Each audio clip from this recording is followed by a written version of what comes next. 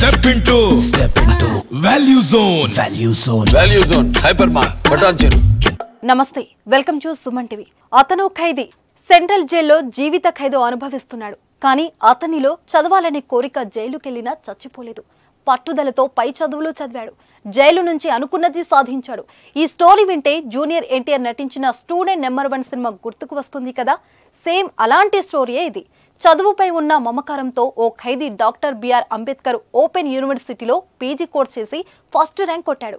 అంతేకాదు యూనివర్సిటీ నుంచి gold medal కూడా అందుకుని శభాష్ అనిపించుకున్నాడు. నంద్యాల జిల్లాకు చెందిన మహమ్మద్ రఫీకి ఓ కేసులో కోర్టు జీవిత ఖైదు విధించింది.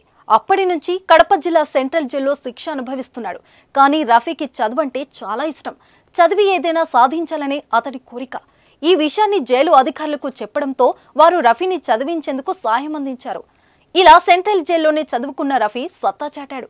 డాక్టర్ బిఆర్ అంబేద్కర్ ఓపెన్ యూనివర్సిటీలో పీజీ కోర్సు చేసి ఫస్ట్ ర్యాంక్ సాధించాడు. తద్వారా యూనివర్సిటీ నుంచి గోల్డ్ మెడల్ కూడా అందుకున్నారు.